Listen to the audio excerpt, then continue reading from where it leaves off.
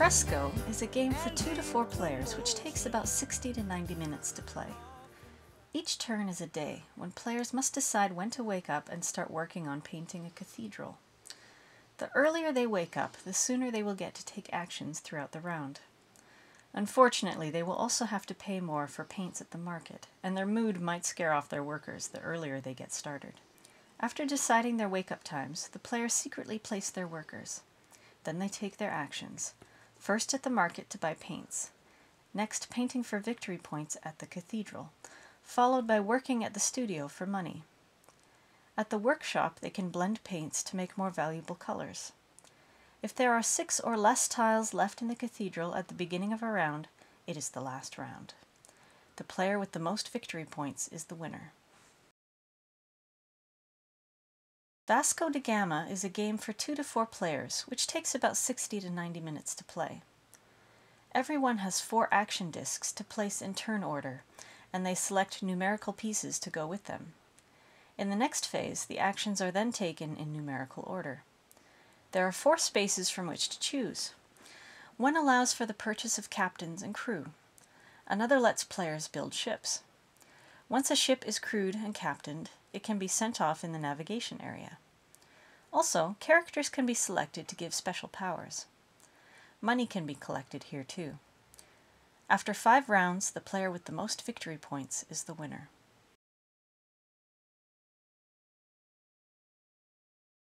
Yeah, Fresco, you basically decide in turn order what time you want to wake up in the morning. Yeah. The earlier you wake up, the better your choices are, but you don't have happy workers because you're grumpy. Yeah, exactly. Because you're forcing them to get up early and yeah, they're upset. Some of them might take off, yeah. And some of them, if they wake up later, yeah. they'll be happier, and some of them might even come. You get an extra guy. Yeah. Whereas in this one, if you pick a number that's too early and then you can't afford to do it, then all you can do is sort of take this default money value. You can always pass and get money. And get the money. But basically there's a bunch of discs with numbers on them, and you pick from them, yeah, place them in then different sections, and then execute them in that order. Once everyone's placed theirs, you go through numerically and take out the actions. That takes a little getting used to. Realizing that like when you look at the board, it's actually really simple, but doing it properly is it's tricky. Yeah, because you have to do it in a certain sequence, or else you're wasting guys. But you can always get money for them. But or if you make the mistake, if you put the numbers in the wrong order. Yeah. Like you put a high number in where you get crew, and then a low number where you send them off, then you're kind of you're messing yourself up, because you're going to be getting the crew after you're supposed to have sent your ship on. So yeah, you've really got to plan it out that way. And then you also have to look at with the other people, which ones they're taking and where they're putting it. Yeah. So, do you want, if you think they're going to take what you want, then you have to pick an even lower number, but you can't sometimes put a lower number because you put a higher number somewhere else, which will you execute before you. Yeah, it's really, that's quite a unique piece of it. That's part of what I don't like about it. The chances of all of your pieces being too expensive is small. Yeah, because your later turns are going to probably be free no matter what. Probably, yeah. And then some rounds everything will be free, and some rounds you'll have to pay for 2 or 3.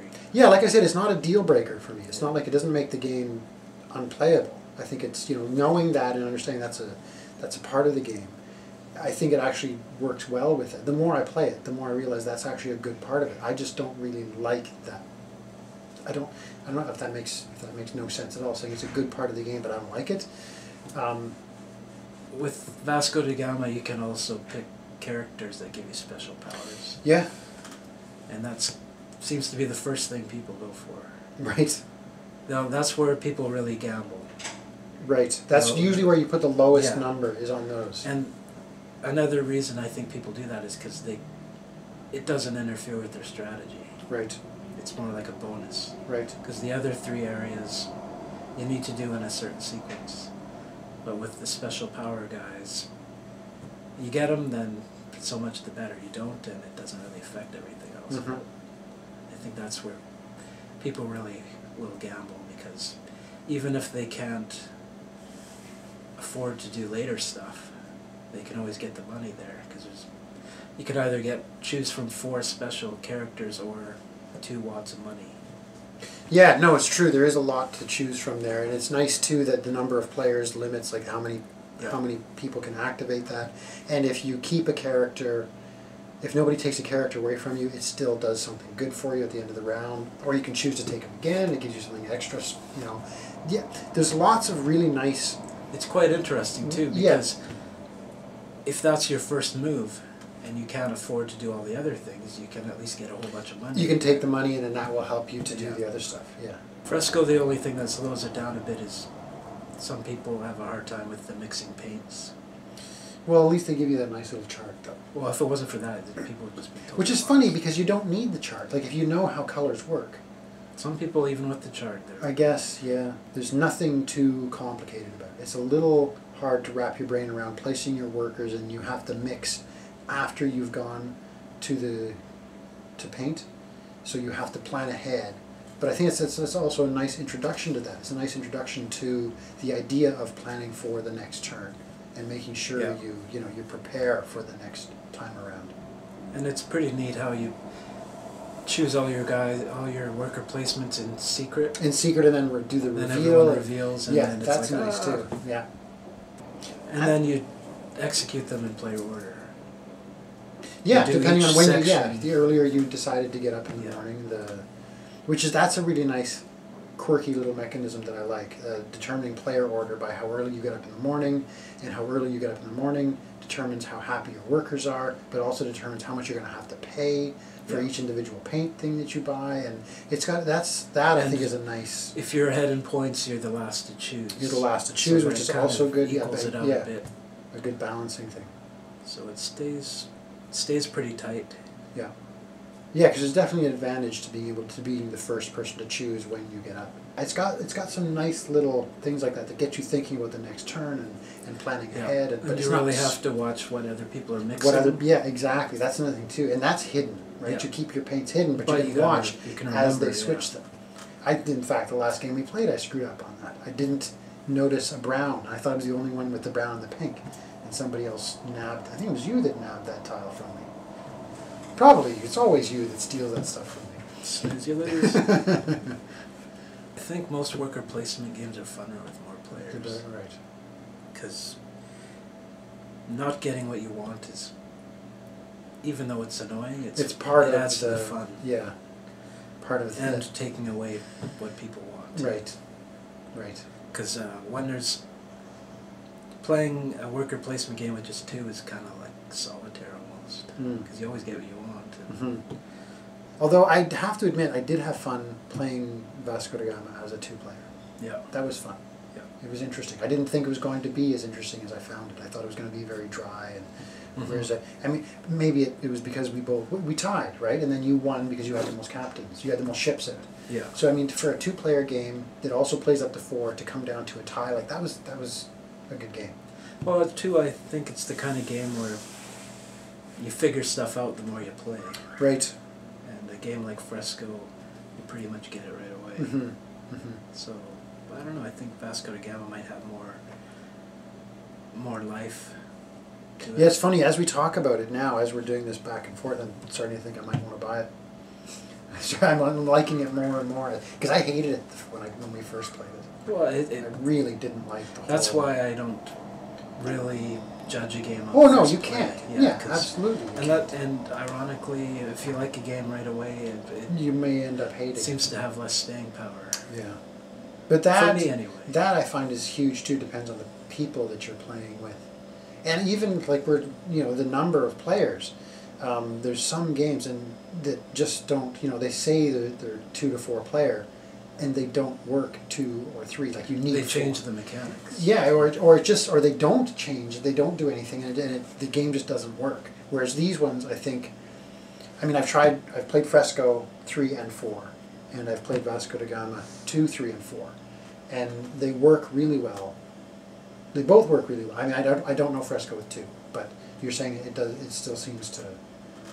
It's okay, right? Yeah, it's okay, but I mean, Fresco with 4 and you do that reveal is way better. Yeah, it's all about fun. Yeah, 2-player, it's kind of like you do the exact same thing. Right. Right. Well, it's funny when you have 4 players and you reveal it and everybody has done the same thing. The exact They're thinking same the thing, exact yeah. same moves. Yeah. Or 3 will do all the same and one guy just One does guy's something totally off on it. different. Yeah. Yeah. Yeah, it's lots of fun. So Fresco, yeah, the theme is pretty strong. Fresco has Fresco has the, Yeah, yeah. whereas Vasco da Gama doesn't. I don't think. It's pretty abstract. Yeah, I mean, Fresco is fun because you're taking these little cubes of paint, and you're mixing them and getting other different colors of paint. Waking up early. Well, yeah, the whole. Yeah, it's. I Making think people like you. Yeah, and the work theme for is you. very well implemented, I think, in Fresco. In Vasco da Gama, it's so dry and it's so mechanical and it's so mathematical. I don't think. I mean, the theme could be almost anything. It's not that far off. I mean, with crewing up and Yeah, but that could also The be you're running a captains. factory, and you have to make sure you power up certain machines at a time, and then you have your ships could be the end of the assembly line, and then your product comes out, and if you have the proper boxes to put them in. You could. I mean, that's just completely off the top of my head. The theme in Vasco da Gama, I think, is very thin. I don't think it detracts from the game at all. It certainly doesn't. Like, and it's the and as far as when we consider theme, do we consider artwork? And it's a very nice game. It's got very nice art, and the theme fits. It's just the theme isn't necessary for the mechanics of the game. Whereas Fresco, yeah, you could put a different theme in it, but the theme that they did put on it fits it really well. Fresco is definitely a kind of game that you want to introduce to people that are new to. It's an excellent introduction game. but I think it doesn't have a lot of staying power. Yeah, I don't know. Whereas Vasco da Gama, even though the first few times you play it, Or frustrating? yeah, it's hard to wrap your brain around, but once you get into what's really going on, then it seems to be more rewarding than Fresco, which is just seems more about having fun. Mm-hmm. Like, I will look forward to playing Vasco da Gama, whereas Fresco, if someone brings it up, then sure, I'll play it, yeah, no problem, but it's not something I would really request. Interesting. See, and I'm Unless it's new players. right. And I don't want to play I guess I'm exactly the opposite in that I will play Vasco da Gama if someone wants to, but I don't know if I'll ever suggest it. But I would suggest playing Fresco because I like the... Because like Vasco da Gama, I think we're pretty similar in that we'll look back on it and we'll think about what we could have done, done. how we could have done Whereas something Fresco, differently. it's just like you play it and it's over.